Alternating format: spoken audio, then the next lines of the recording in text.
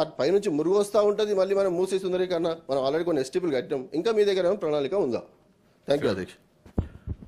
కవిత గారు. అధ్యక్ష sir, first of all congratulations. మీరు చాలా లిబరల్గా హౌస్ నడుపుతా ఉన్నారు. మీరు మేమందరం పార్లమెంట్లో ఉన్నప్పుడు ఒక్కొక్క నిమిషం కోసం కొట్లాడుకునేది సార్. మీరేమో గంటలు గంటలు క్వశ్చన్ అవర్ తీసుకోవడం నిజంగా appreciate patience sir. Absolutely.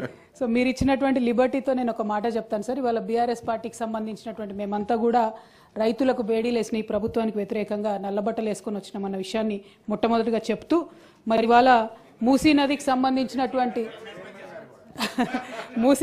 Musi నదికి సంబంధించి ప్రభుత్వం ఇచ్చినటువంటి ఆన్సర్లో నేను పాయింట్అవుట్ చేస్తూ ఉన్నాను సార్.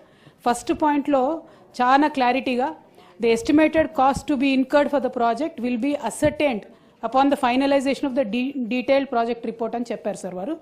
అయితే దీనికి ఆపోజిట్గా నిర్దిష్టమైనటువంటి సమాచారం మా దగ్గర ఉంది సార్. వరల్డ్ బ్యాంక్లో ఈ ప్రభుత్వం 4,100 కోట్లు మాకు కావాలి మూసీ సుందరీకరణ ప్రాజెక్ట్ కోసం అని చెప్పి వరల్డ్ బ్యాంక్కి సబ్మిట్ చేసింది సార్. ఈ గవర్నమెంట్ సబ్మిట్ చేసిన మాట వాస్తవమా కాదా? చేసుంటే అది ఏ తేదీన చేశారో ఇంపార్టెంట్ సార్. ఎందుకంటే ఇవాళ 16వ తారీఖు, ఇవాళ 17 డిసెంబర్ సార్.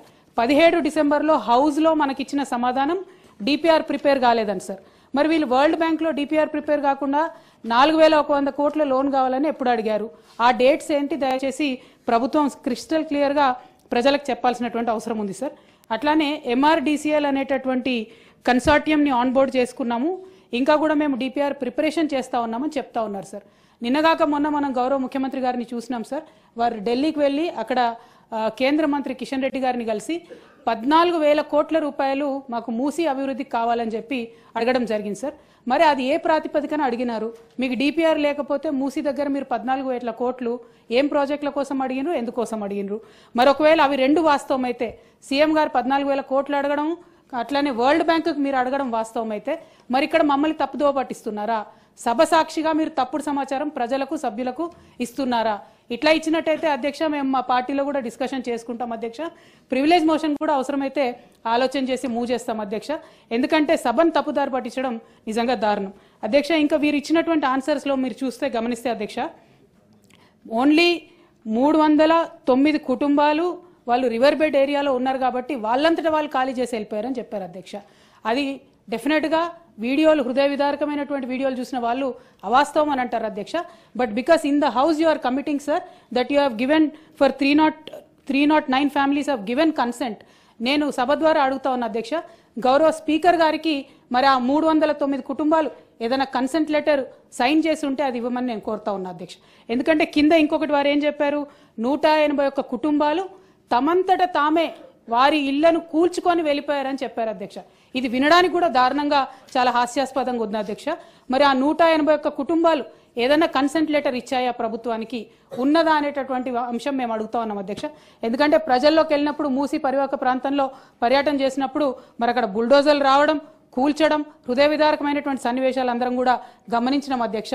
మరి అవేమీ మెన్షన్ చేయకుండా ఈ 300 కుటుంబాల గురించే ప్రభుత్వం చెప్తా ఉంది కాబట్టి వారేమన్నా కన్సెంట్ ఫామ్ ఇస్తే మీ ద్వారా ఇవ్వవలసిందిగా నేను కోరుతా ఉన్నాను అధ్యక్ష. అల్టిమేట్గా మానవీయ కోణంలో ఆలోచించాలి అధ్యక్ష. ఏ పేదవాడైనా గొప్పవాడైనా ఎవరికైనా ఒక సొంత ఇల్లు ఉండాలని ఉంటుంది అధ్యక్ష. ఇవాళ వీళ్ళు కూలగొట్టినటువంటి ఇల్లు అధ్యక్ష, మరి ఈఎంఐలు ఎవరు కడతారని ఏడుస్తున్నటువంటి పరిస్థితి ఉంది అధ్యక్ష. ఆ విషయంలో ఏమైనా ప్రభుత్వం ఆలోచన చేసిందా? మరి కూలగొట్టిన ఇళ్లకు ఈఎంఐ ప్రభుత్వం కడుతుందా? ఈ 3 అంశాల మీద స్పష్టత ఇవ్వాల్సిందిగా కోరుతా ఉన్నాను అధ్యక్ష.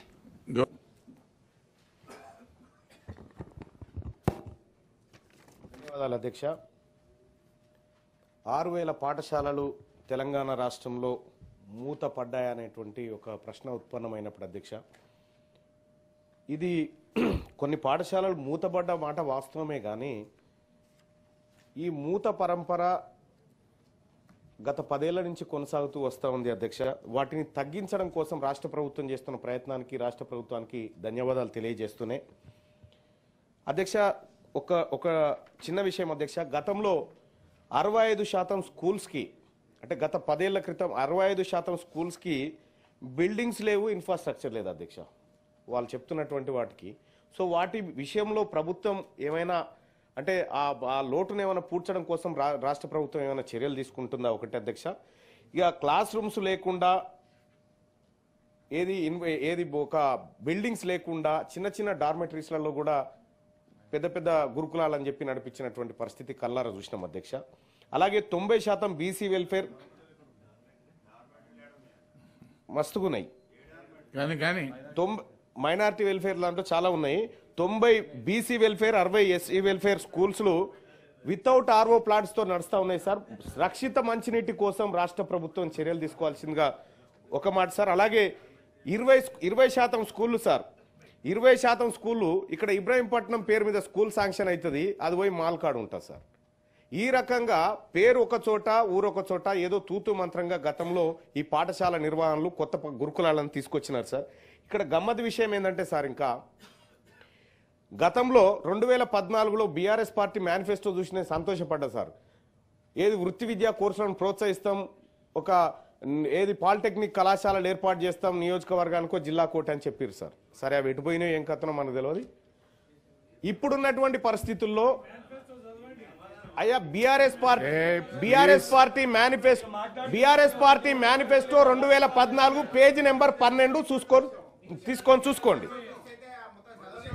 2014 BRS party manifesto page number 12 point number 16 చూసుకో అధ్యక్ష.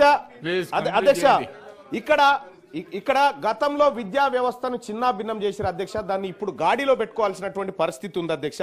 ఆ గత హయాంలోనన్నా ఈ హయాంలోనన్నా మూతబడ్డ పాఠశాల విషయంలో నేను ఒక సూచన చేయదలుచుకున్నా అధ్యక్ష తమరి ద్వారా సార్. ఇప్పుడు మన ఒక దాదాపుగా 1913 పాఠశాలలు ఏవో మూత దిశగా ఉన్నాయని చెప్పి మనం అనుకుంటున్నాం సార్. ఈ మూతబడ్డ పాఠశాలలకు ఇన్ఫ్రాస్ట్రక్చర్ ఉంది, గ్రౌండ్ ఉంది, అన్నీ ఉన్నాయి. ఇప్పుడు ప్రభుత్వం ద్వారా అక్కడ నడపలేనప్పుడు మీరు ప్రైవేటు వ్యక్తులను అక్కడ బీడీ చేసుకున్నటువంటి నిరుద్యోగులను ప్రోత్సహించి ఈ పాఠశాలను రన్ చేసుకోవడానికి వాళ్ళకు అవకాశం కల్పిస్తే తద్వారా వాళ్ళు కొంత ఉపాధి పొందగలుగుతారు, అక్కడ ఒక కొత్త స్కూల్ ఏర్పడగలుగుతుంది.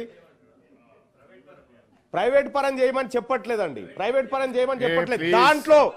దాంట్లో మీరు వదిలిపెట్టిపోయినటువంటి రైట్ టు ఎడ్యుకేషన్ ఇంప్లిమెంట్ చేయమని చెప్తా ఉన్నా గవర్నమెంట్ కి. దాంట్లో 25% ఎడ్యుకేషన్ పేద పిల్లలకు అందించడం కోసం రైట్ టు ఎడ్యుకేషన్ అక్కడ ఇంప్లిమెంట్ చేస్తే ఇన్ఫ్రాస్ట్రక్చర్ మనం వాడుకున్నట్టు ఉంటుంది. అక్కడ లోకల్ గా ఒక కొంతమందికి ఉపాధి దొరికేటువంటి అవకాశం ఉంటుంది. నిరుద్యోగం కూడా కొంత తగ్గించేటువంటి పరిస్థితి గ్రామీణ ప్రాంతాల్లో ఏర్పడుతుంది. కాబట్టి రాష్ట్ర ప్రభుత్వం ఆ దిశగా ఆలోచిస్తే ఖచ్చితంగా మనం గ్రామీణ ప్రాంతంలో ప్రతి ఊర్లో మనం అనుకున్నటువంటి స్కూల్, గతంలో వాళ్ళకు ఏ ఆలోచన లేక మూతబెట్టినటువంటి స్కూల్ ఏవైతే ఉన్నాయో ఇవాళ మనం ఓపెన్ చేసి ప్రతి పేదవాడి ఇంటికి ఎడ్యుకేషన్ తీసుకుపోయేటువంటి అవకాశం దొరుకుతుంది అని తమ ద్వారా తెలియజేస్తున్న అధ్యక్ష. ఇంకొక విషయం అంటే అధ్యక్ష సప్లిమెంటరీ ఇదే సార్, సప్లిమెంటరీ ఒక్కటే క్వశ్చన్ ఉంది సార్. ఇప్పుడు ఫీజు బకాయిల గురించి కూడా చాలా మాట్లాడుతూ ఉన్నారు సార్. నిజంగా ఇబ్బంది జరుగుతూ ఉంది సార్. దాన్ని కూడా దయచేసి పెద్ద మనసుతో ఆ ఫీజు రియంబర్స్మెంట్లు ఏవైతే పెండింగ్లు ఉన్నాయో గతంలో అడగలేకపోయినాం, వాళ్ళు చేయలేకపోయారు, మన ప్రభుత్వం అన్న చేయాలని రిక్వెస్ట్ చేస్తా ఉన్నా అధ్యక్ష. గౌరవ మంత్రి గారు, మన ఊరు మనబడి కార్యక్రమం గత ప్రభుత్వం తీసుకున్నది. దాంట్లో చాలా గ్రామాల్లో సగం కన్స్ట్రక్షన్ ఆగిపోయి ఉన్నాయి. వాళ్ళకు పేమెంట్స్ ఇవ్వాల్సినటువంటి అవసరం ఉంది. ఎందుకంటే ఎగ్జాంపుల్ నా ఊర్లోనే జిల్లా పరిషత్ హై స్కూల్ మన ఊరు మనబడిలో తీసుకున్నారు. స్లాబ్ వేసినారు, గోడలు కిటికీలు లేవు. తర్వాత ఆ స్కీము ఇప్పుడు కొత్త ప్రభుత్వం ఏం చేసింది, అమ్మ ఆదర్శ పాఠశాల తీసుకున్నారు. వాటినన్నా పూర్తి చేస్తే బాగుండేది, వాటిని పూర్తి చేయలేదు. కాబట్టి దాని మీద మీరు ఒక మన ఊరు మనబడికి సంబంధించినటువంటి వాటి పేమెంట్స్ మొత్తం పూర్తి చేయాలి. ఫర్దర్గా ఉన్నటువంటి వర్క్లను ఇమీడియట్గా పూర్తి చేస్తే పిల్లలేమో ఇప్పుడు చెట్ల కింద కూర్చునేటువంటి పరిస్థితి వచ్చింది. ఎందుకంటే ఆపే కన్స్ట్రక్షన్ అయి ఉన్నాయి అవన్నీ. కాబట్టి వాటి మీద ఒక ప్రత్యేకమైనటువంటి శ్రద్ధ తీసుకొని స్పెషల్ డ్రైవ్ కింద వాటిని పూర్తి చేయమని చెప్పి నేను గౌరవ మంత్రి గారి దృష్టికి తీసుకొస్తా ఉన్నాను.